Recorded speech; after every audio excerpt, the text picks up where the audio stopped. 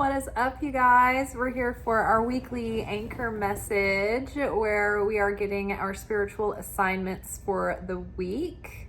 Hope you're doing well.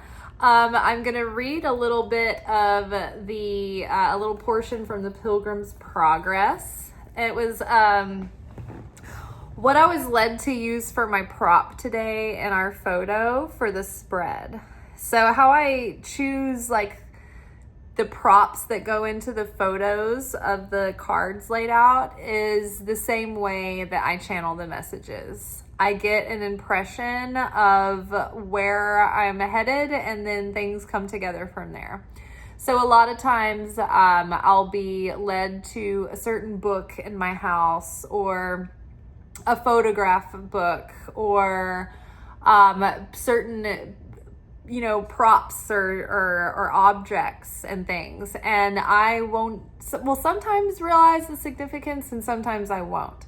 And in today's situation, I was told use the Pilgrim's Progress. And so in that instance, when I'm told a book to go grab from the shelf, I pull the book out, I open it, and I'm trusting that is the page that I need to be on. Every once in a while, something will prompt me to flip through the pages a little bit, but I won't think about it. It's not like I'm choosing consciously something specific that I'm looking for. I'm just like, okay, this feels right, and this is where we're stopping. And so I thought it was interesting too, because today's pages, as they always end up doing, go perfectly with this week's lessons and this week's themes. So we are in this period of time called Bein mourning. And this is a period that happens every summer. In the period, it overlaps the Cancer lunar month and Leo's lunar month. And so this is an opening in the cosmic windows of time, wherein a more potent light of the Creator is coming through and is pouring out onto humanity.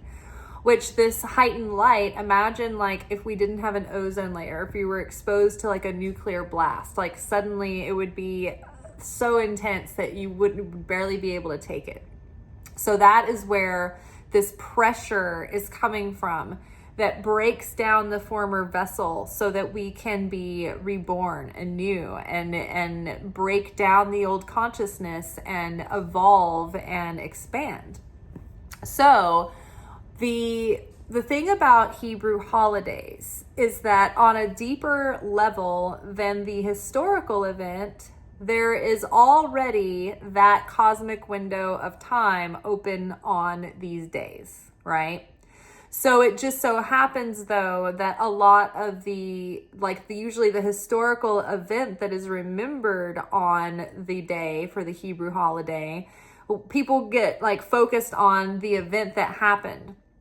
But the event that happened wasn't the cause for the holiday. The energy available was already there, and it was already going to be there because it happens that day, cyclically every year. And because that energy was available during that time, that's what opened up the miracles for these historical events that happened.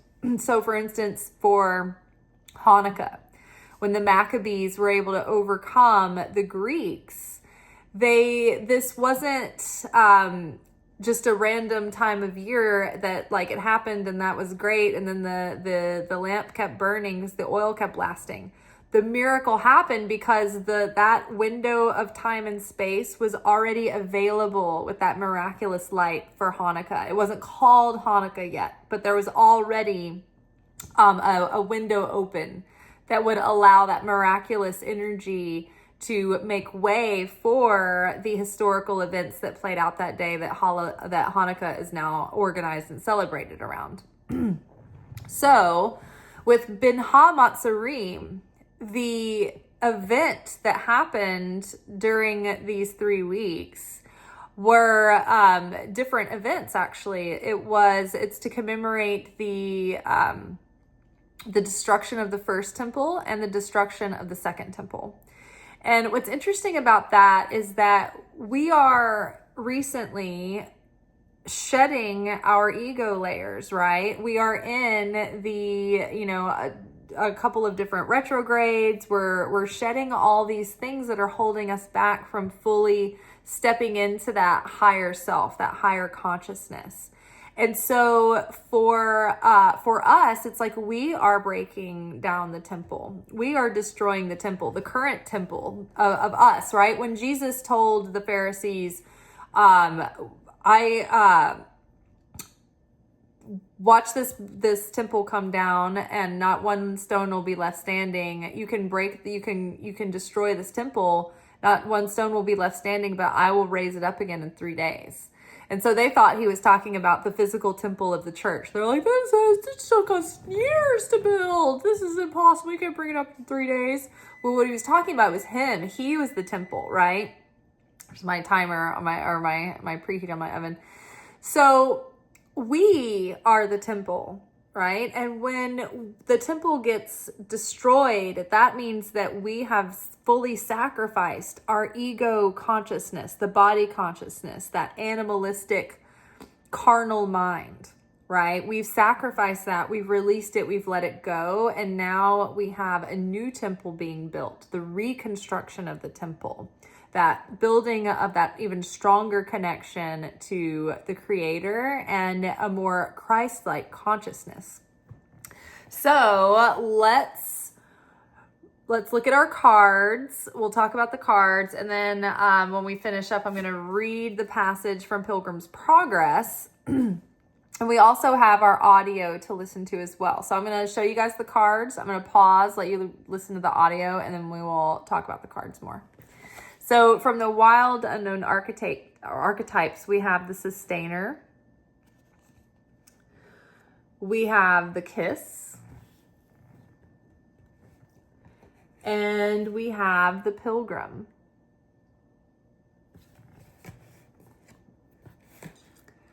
Underneath the Sustainer, we've got 4 of Cups.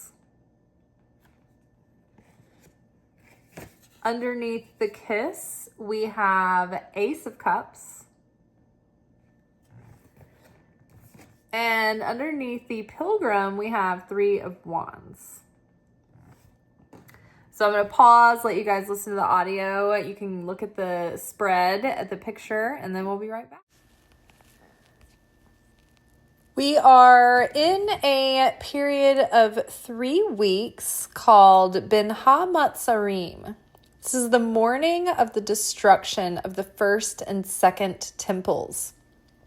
During these 3 weeks, the cosmic gates are opened to reveal the Creator's most potent radiance.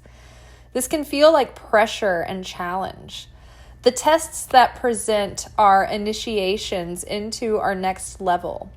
If we allow for the destruction of the temple within ourselves, our former lesser consciousness, the body consciousness, and allow ourselves to go through a process by which the Creator molds and shapes us into a new creation, it is through this process that we rebuild the temple as conscious co-creators with Source, co-creating our new reality with higher consciousness, new intention, drive, and purpose, new radiance, unencumbered by our previous unconscious patterns and limiting beliefs.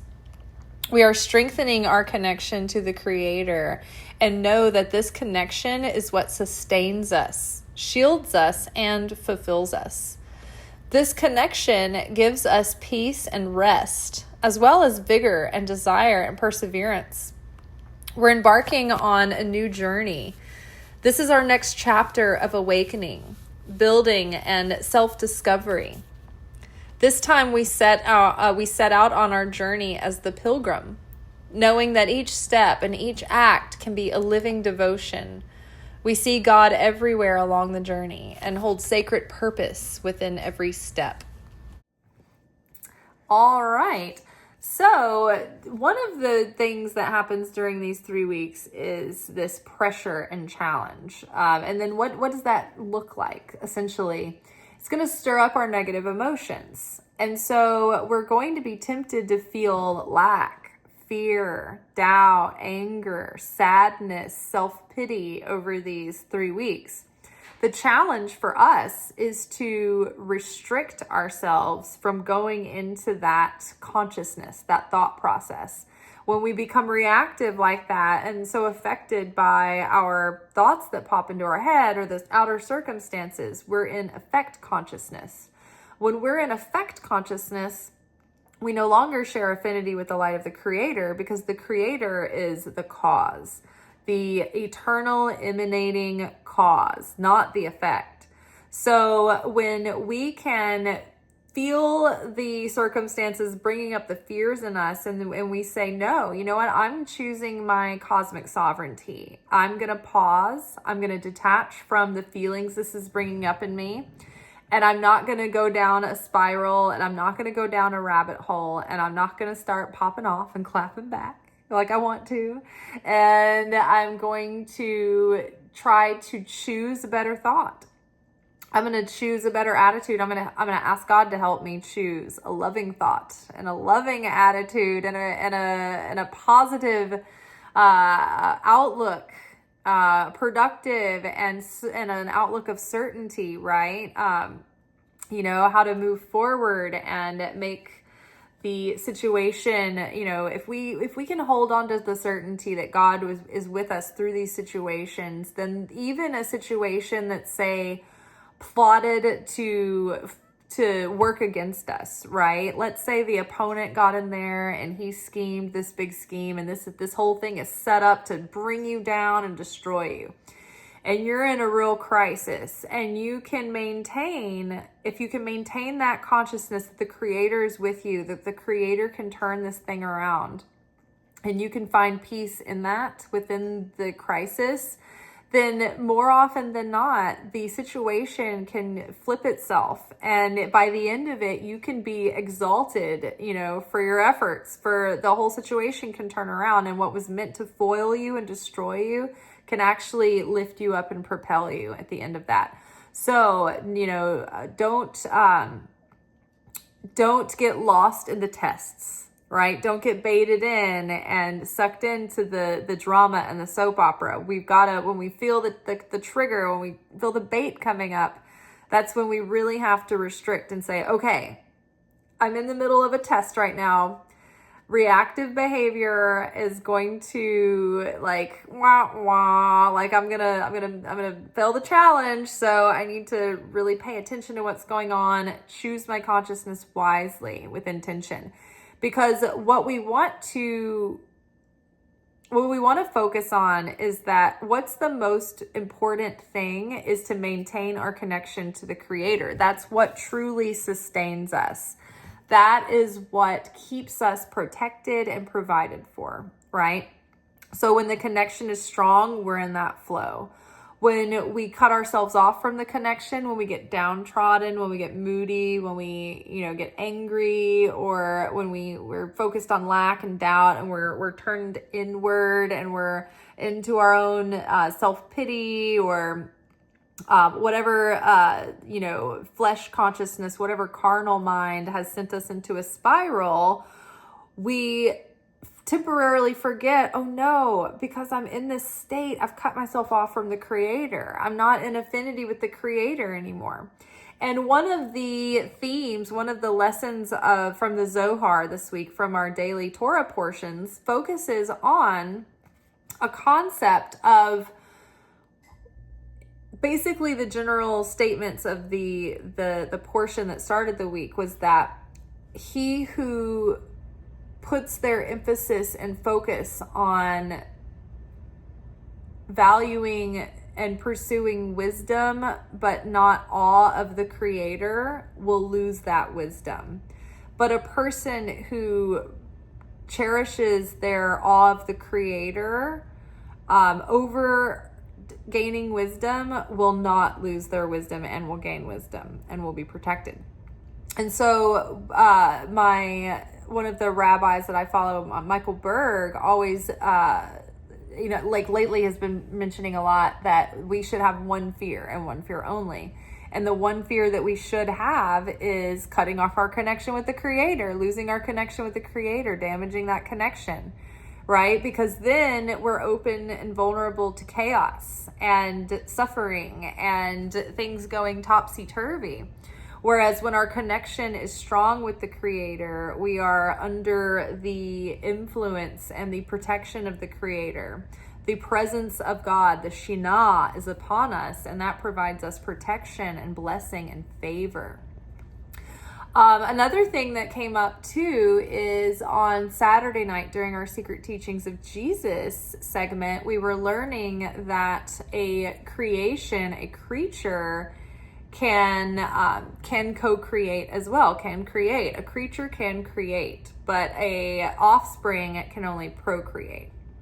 And so we distinguished a creature from an offspring, from a person who is going through the motions in their carnal mind, to a person who has awakened.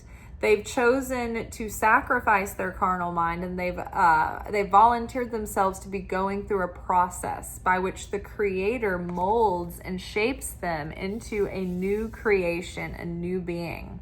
And so then after that, when we become awakened and we start to elevate our souls and we expand our consciousness, then we start learning how to be an active participant, right? And we learn how to co-create with the Creator, right? By using our intention, by using our divine gifts.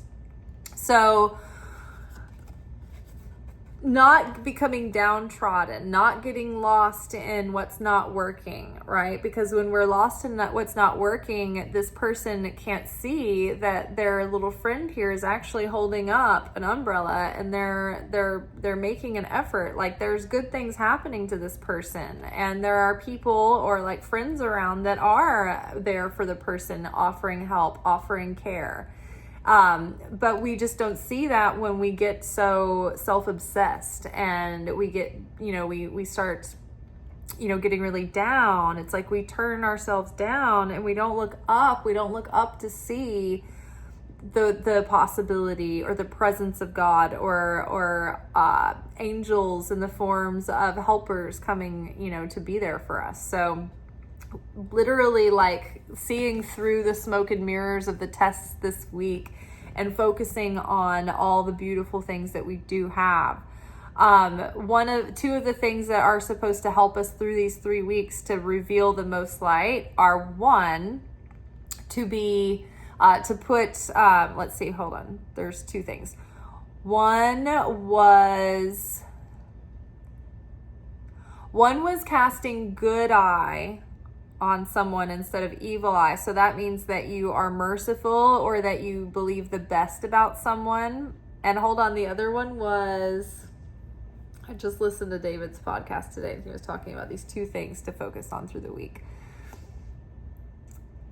Oh, letting go, surrendering, right? And so all week long, or since last week, I've been driving to work, and instead of setting my intention of what I want the shift to be like and praying for that to happen, I've been releasing any expectation on the shift and giving it giving it over to God. Like, it's not his shift anyway, right? He's controlling everything that's happening. But on my part, I'm actively saying, okay, I'm letting go of my illusion of control and my ego's desire to grab hold of it anyway. And I'm letting go of control.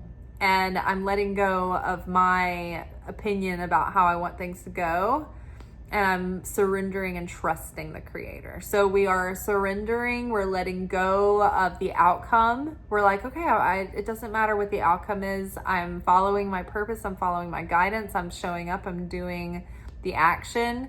And I've got to do my best. But ultimately, I'm letting the chips fall where they may. And I'm trusting the Creator. In addition to that letting go and surrendering, we are casting good eye. We are believing the best about people, and we are not evil tonguing. In fact, tonight, somebody was getting on my nerves. I was like, and I was like seeing all the things that they were doing to press my buttons. And that's usually, especially if I'm at the end of the night and I'm at the end of my willpower, that's usually when I just need to vent I'd say the thing, and that's usually the moment of regret that I have. I'm like, or the remorse. I'm like, I did an evil tongue. I evil-eyed. And so tonight, I can't lie, I evil-eyed. Somebody's getting on my nerves. They were doing shit that's getting on my nerves, but I didn't bring it up.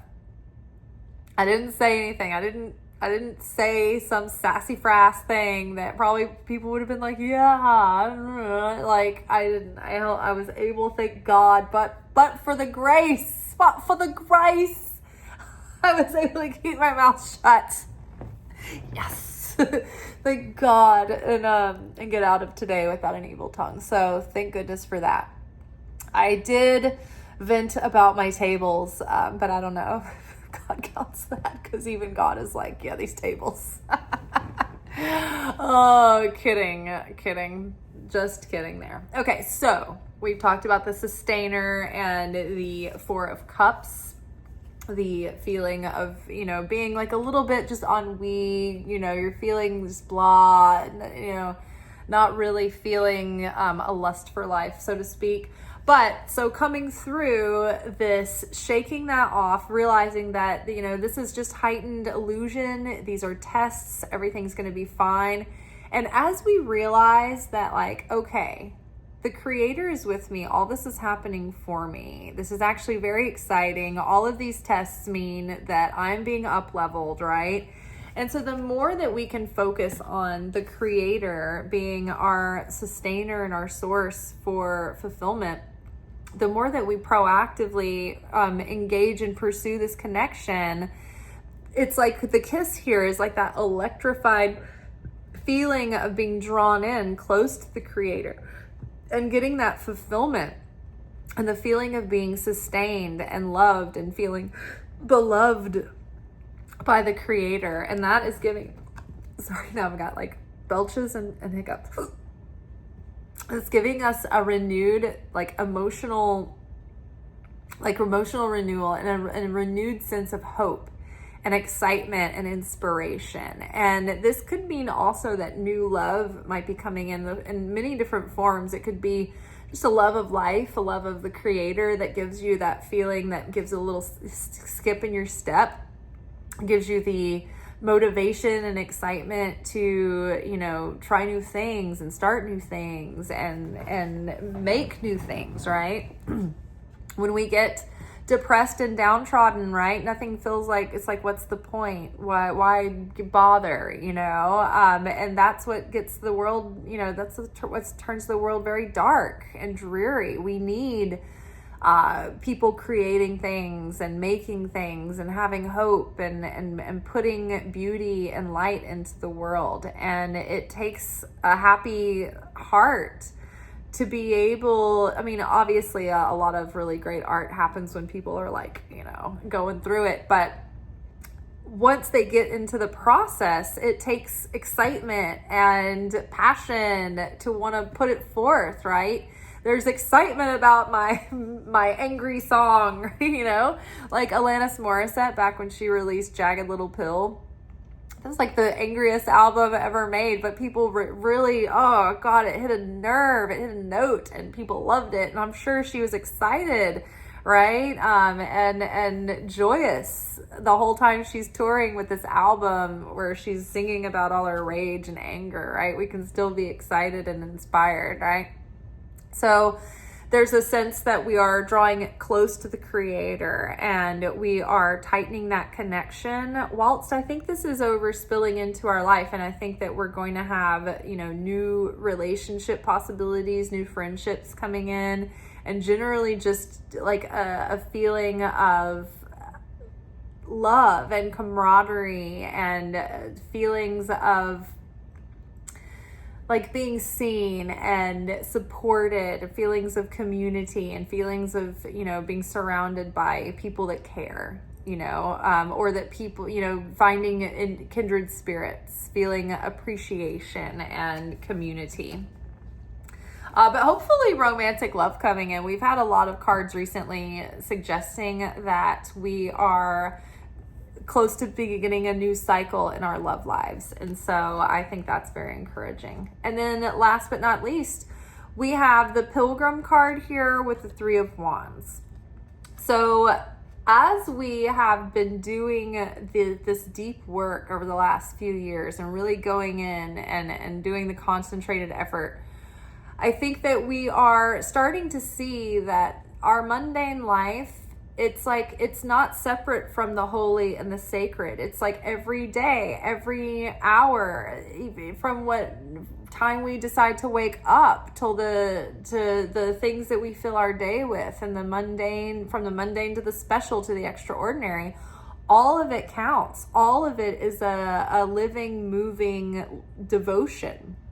And so, you know, we bring our prayers with us through the day, and we talk to the Creator through the day. We bring the Creator into the day with us. And for me, it feels like even the little things I do through my day, just taking care of my house and like taking care of my physical, material well-being, and then also doing my spiritual work. It's like I've started to realize that, you know, keeping my house running functionally and taking care of my responsibilities is every bit of a spiritual action, and taking care of myself is a spiritual action as deep study, right?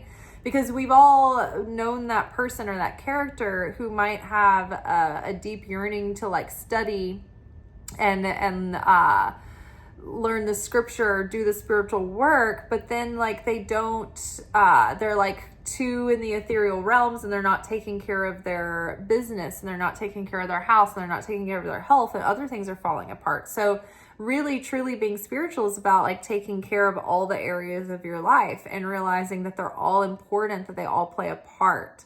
And so I think that we're just excited about being in the threshold of starting a new chapter, feeling this up-leveling happening in real time, and feeling like on the other side of these 3 weeks, it's like we're really setting out on the next leg of journey and self-discovery. I myself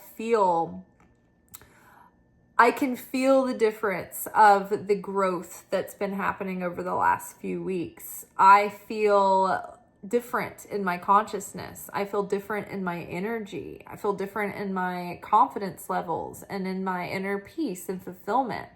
And so it's exciting to think, okay, we're about to set out in this next chapter, this next leg of growth and self-discovery. And we have sharper tools in our kit now to really face what's the vast expanse that's held before us.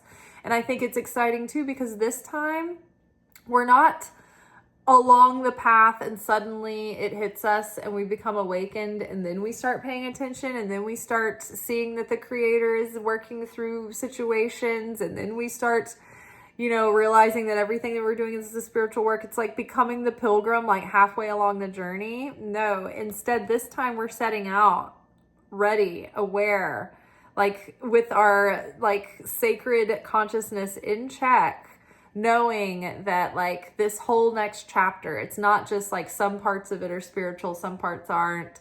You know, maybe one day of the week, it's like our pilgrimage. It's like, no, like we're living, waking, like we're in a living, waking pilgrimage, like in our day-to-day life.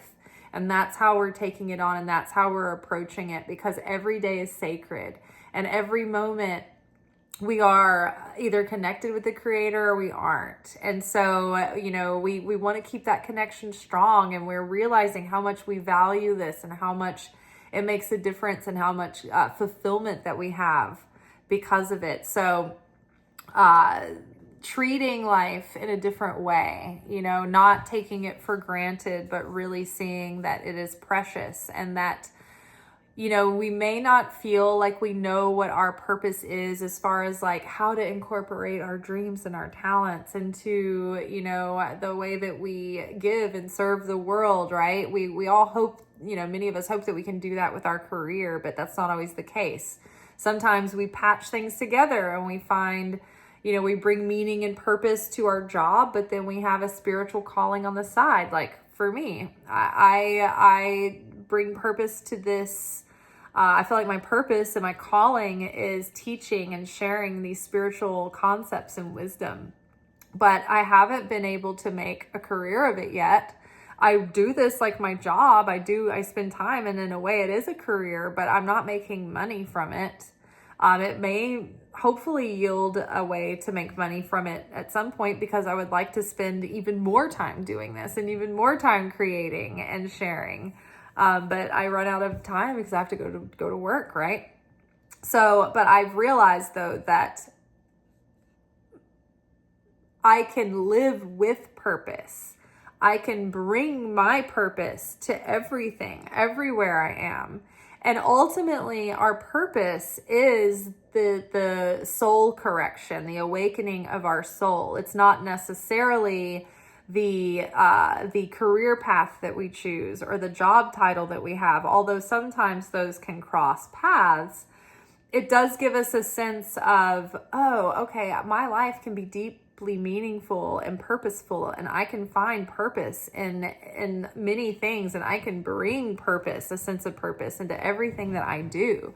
And I can treat everything like the Pilgrim, right? Everything is a moving prayer. Everything, I can be in a state of meditation and listening at all times. I don't have to wait till I get home from work. As I'm polishing dishes at work, I can be listening to what my spirit is like talking to me about. I can be working on my attitude towards others. I can be sitting there biting my tongue, reminding myself not to say anything about another person that's going to be evil tongue, right? And strike against me. So everywhere we are in the pilgrimage, right? It's all around us. There's opportunity everywhere to elevate our soul and our spirit. And that's the way that if you want to elevate your soul and your spirit, that's how we do it. We look and we see that God can be in anything and in any situation. It's like the difference of being face to face with the Creator, having your facing the Creator's back, or being back to back with the Creator. When you are face to face with God, it means that whatever situation or circumstances you're in, you can perceive that God's presence is with you. And you can see how God can move through the situation. And you can see that even in dark, terrible situations, you can pray that God will help you turn light of it, or bring light from it, or find healing on the other side that brings you a deeper sense of strength or virtue or purpose in some form on the other side of it. Something good can happen from it. Facing the Creator's back means that the Creator was just here, but you missed him. And you didn't catch it until after the fact. So it's like when we go through something and we're kind of lost in the chaos in the moment and at the time, but then later in hindsight we can look back and see how the situation was working on your behalf, or how the Creator actually was in that situation in the end. Or even if the Creator, you don't feel like that was a situation that the Creator ordained for you. Maybe it was a negative thing that happened, but the Creator was by your side through it, helping you, holding your hand, helping you get through that and weathering that storm, and then making you better on the other side of it because you held on to the Creator through it, right? So sometimes when we figure out after the fact in hindsight, that's when we see the Creator from the back. But when we're back to back with the Creator, it's like we can't see the good in something. We can't feel any kind of silver lining or positivity that can be possible at all. And we're in total darkness at that point because we just feel the suffering and the darkness, and we can't find our way out of it at that point. And that's the worst place to be, is back to back with the Creator, because it's a hopeless state and it feels like despair.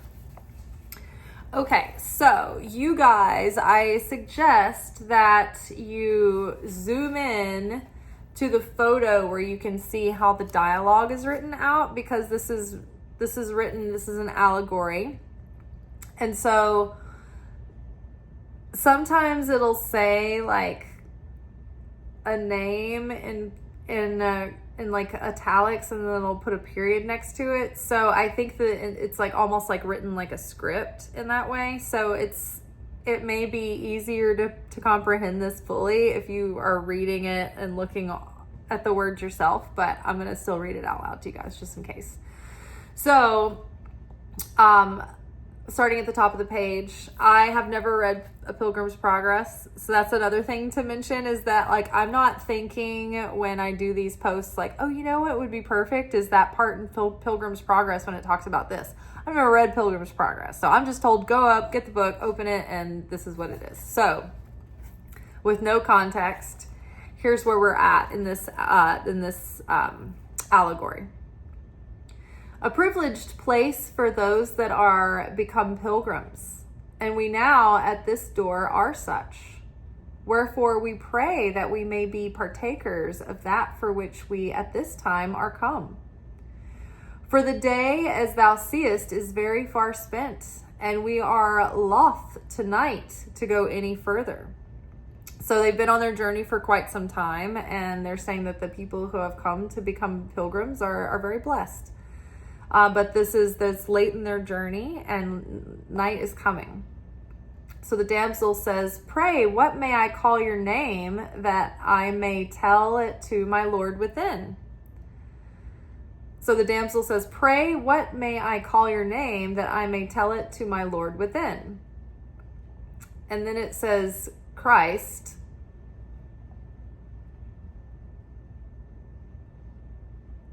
I don't know if that's suggesting that Christ is there or whether it's shortening her name that she's about to say this. But anyway, that's why I'm saying like you might get more clarity by looking at this yourself.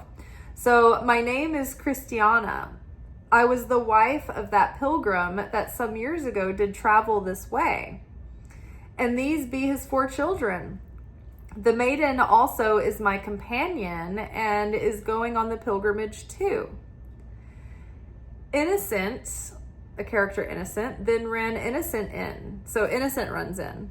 Cue innocent. Innocent runs in, for that was her name, and said to those within, can you think who is at the door? There is Christiana and her children and her companion, all waiting for entertainment here. Then they leaped for joy and went and told their master. So he came to the door, and looking upon her, he said, art thou that Christiana whom Christian the good man left before him when he betook himself to a pilgrim's life?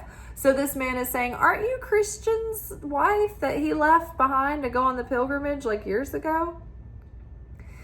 And Christiana says, I am that woman that was so hard-hearted as to slight my husband's troubles, and that left him to go on in his journey alone. And these are his 4 children. But now I am also come, for I am convinced that no way is right but this. So she says, like, I am that woman who is too hard-hearted to pay attention to my husband's calling, that we needed to seek out this change, this transformation. And I didn't go with him. I let him go on his own. And now he's been gone for years. And now I'm realizing, like, why did I not go on this journey with him? Why did I not go on the pilgrimage? So the wife is figuring it out later, and then she takes the children on the journey, on the pilgrimage, but after the fact. So the interpreter says, then is fulfilled that which is written of the man that said to his son, go work today in my vineyard. And he said to his father, I will not, but afterwards repented and went. Now, this is a parable that Jesus brings up. He says there's a father has 2 sons, and he tells one to go to the field and work, and that son says, no, I will not. But then he turns around and he changes his mind later, and he does and goes to do the work. But the father's other son, he says, go and work in the field. And the son says, yes, father, I will go work in the field. But he never goes to the field and does any work.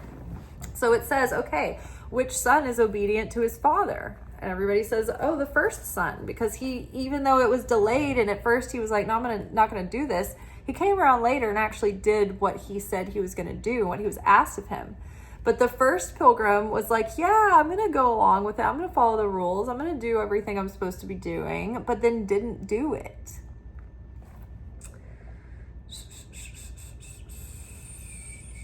So the interpreter says, then is fulfilled that which is written of the man that said to his son, go work today in my vineyard. And he said to his father, I will not, but afterwards repented and went. Then said Christiana, so be it. Amen. God make it true, saying upon me, and grant that I may be found at last of him in peace, without spot and blameless.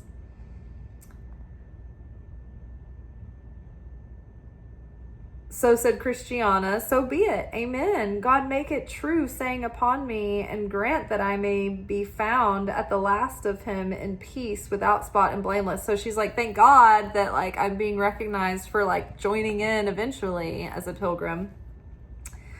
Interpreter, but why standest thou thus at the door? Come in, thou daughter of Abraham. We was talking of thee, but now why do people write like this?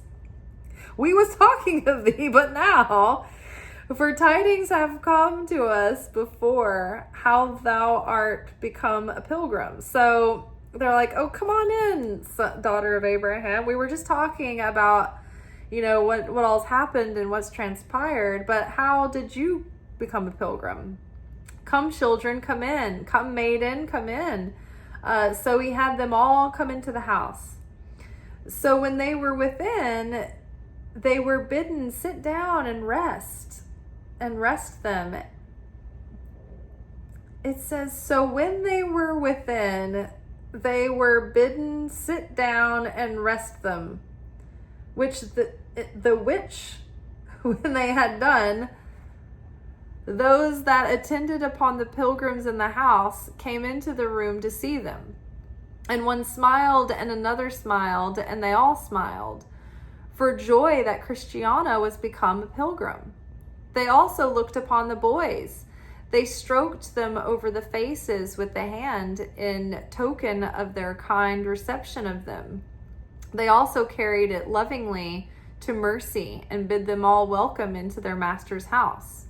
After a while, because supper was not ready, the interpreter took them into the significant rooms and showed them what Christiana's husband, had seen sometime before. So after a while, because supper was not ready, the interpreter took them into his significant rooms and showed them what Christiana's husband, had seen sometime before. So they're going through this house, and these rooms have these scenes playing out, and he's taking them into these scenes and showing them these visions of things in these rooms, these significant rooms.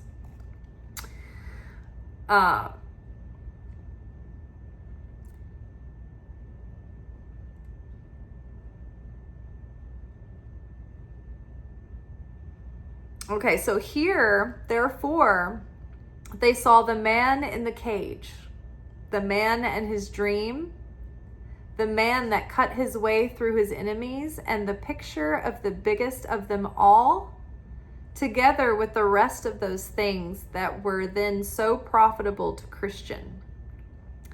This done, and after these things had been somewhat digested by Christiana and her company, the interpreter takes them apart again and has them first into a room where was a man that could look no way but downwards. So after they saw these other things, so the first thing they saw in the significant rooms was a man in a cage. And then they saw a man in his dream. And then the man that cut his way through his enemies, and the picture of the biggest of them all. Okay, and so then Christiana was taken into a separate room apart again, and has them first into a room where was a man that could look no way but downwards, with a muckrake in his hands. There stood also one over his head, with a celestial crown in his hand, and offered to give him that crown for his muckrake. But the man did neither look up nor regard, but raked to himself the the small sticks, and the dust on the floor. So they went into this room where they saw a downtrodden man who was looking down and saw nothing but the dirt and dust and sticks on the floor, and he had a rake and he's just raking it. Meanwhile, there's a presence above him offering him a celestial crown, and he doesn't even look up to see it.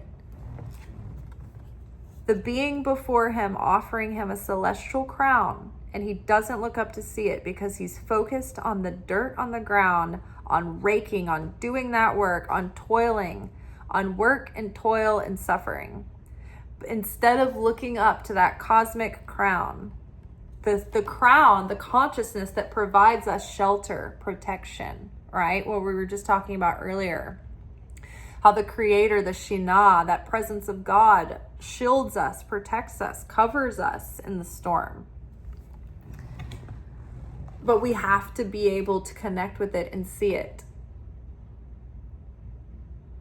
So there stood also one over his head with a celestial crown in his hand, and offered to give him that crown for his muckrake. But the man did neither look up nor regard, but raked to himself the straws, the small sticks, and the dust on the floor. Then said Christiana, I persuade myself that I know somewhat the meaning of this, for this is a figure of a man of this world. Is it not, good sir? So she's saying, okay, I understand what I'm seeing here. This is a man of this world. This is a human man of flesh consciousness. The interpreter says, Thou hast said the right, said he, and his muckrake doth show his carnal mind. And whereas thou seest him, rather give heed to rake up straws and sticks and the dust of the floor than to what he says that calls to him from above, with the celestial crown in his hand. It is to show that heaven is but a fable to some, and that things here are counted only things substantial. Right? So remember recently in our Secret Teachings of Jesus video when we were talking about things inner and outer, and how people put all the importance and priority on the outer things, but really the only thing that's real or significant is actually what's happening in the inner.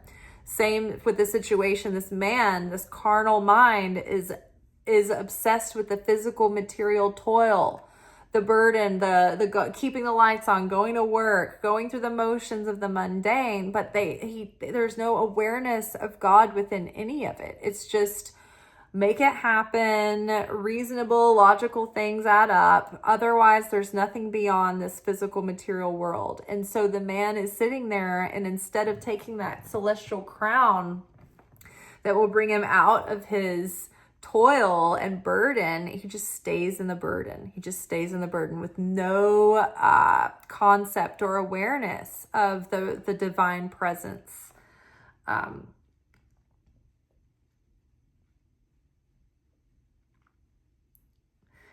So it is to show that heaven is but a fable to some.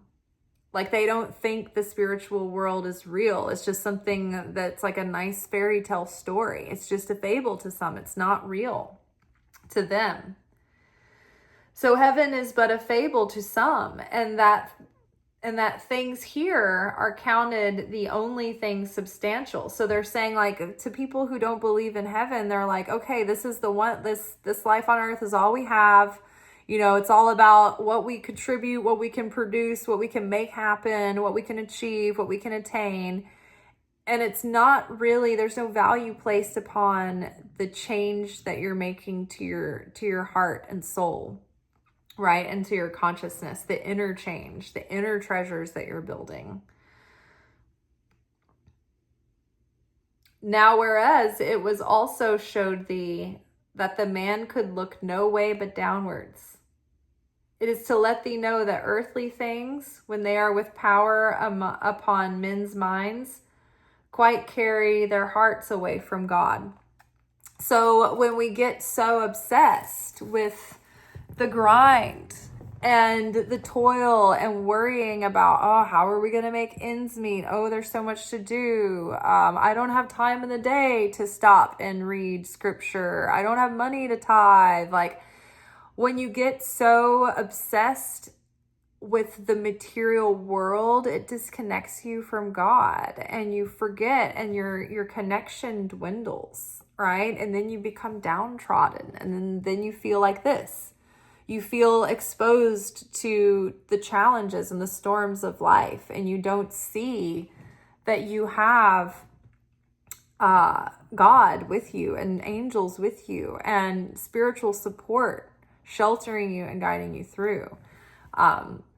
Because when you're obsessed and like only focused on the material world being substantial, then you cut yourself off from that connection to the creator, with that lack of awareness, that lack of consciousness. So consciousness is the seed level of everything. And the thing that we want to cherish most is our strong, stable connection to the creator. And the thing that we should fear, the only thing we should fear, is slipping out of the consciousness that allows us to maintain that connection. When we become reactive and we break that connection, or we do a negative action and break that connection, that's the ultimate thing we should fear, is breaking that connection with the creator, because then we cut ourselves off from our protection and our shelter and our sustenance. All right, and that is all for tonight, you guys. I hope that serves you well. Tomorrow we will be back together for our weekly manifestation oracle message, where we will be taking a look at the week and how we should be directing our energy and intention, where it involves our goals and our dreams and our purpose. All right, y'all. I'll see you tomorrow. Peace be with you.